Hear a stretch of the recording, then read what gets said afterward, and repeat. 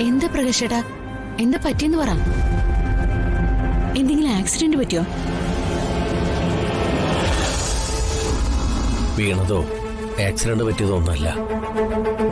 പിന്നെ തല്ലിയതാ. തല്ലിയതോ? ആര്? വേണ്ടപ്പെട്ടവര് തന്നെ. തെളിച്ചു പറയടാ നീ. വന്ദനെ, മോനെ സ്കൂളിൽ കൊണ്ടാക്കിയിട്ട് മടങ്ങുന്ന വഴി ചായ കുടിക്കാനായിട്ട് ഞാനൊരു കോഫി ഷോപ്പിൽ കയറിയതാ. അവിടെ വിക്രമും ജഗനും ഉണ്ടായിരുന്നു. എന്നെ അവര് കണ്ടില്ല.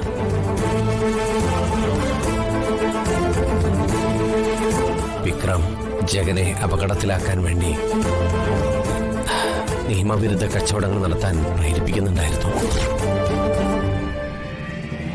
ആദ്യമൊക്കെ ഞാൻ ഒന്നും കേൾക്കാത്തവനെ പോലെ മിണ്ടാതിരുന്നു.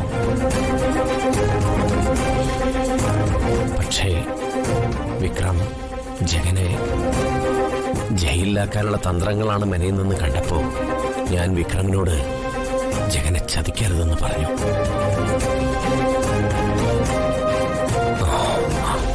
വിക്രം കേട്ടില്ല. വിക്രം ക്രിമിനലാണ്. വിക്രമിനോട് കൂട്ടുകൂടരുതെന്ന് ഞാൻ ജഗനോട് പറഞ്ഞു. ഇല്ലെങ്കിൽ വന്ദന കിടന്ന പോലെ ചെയ്യാത്ത കുറ്റത്തിന് വിക്രം ജഗനെ ജയിലിലാക്കുമെന്ന് പറഞ്ഞപ്പോ വിക്രനെ തല്ലി.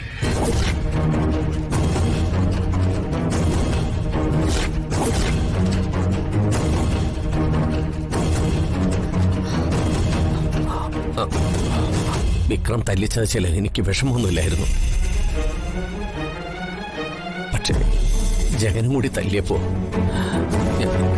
ഞാനാകെ തകർന്നുപോയി.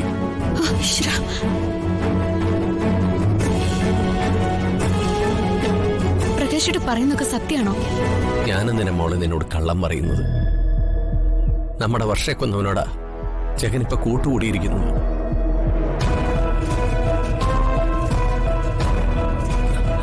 ഞാനിവിടെ വന്നത് ജഗൻ എന്നെ തല്ലിയെന്ന് പറയാനല്ല.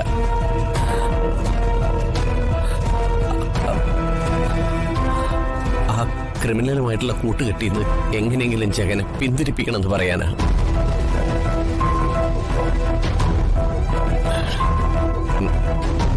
ഞാൻ പോവാ. പ്രകാശേട്ടൻ ഇവിടെ ഇരിക്കും. വേണ്ട മോളെ.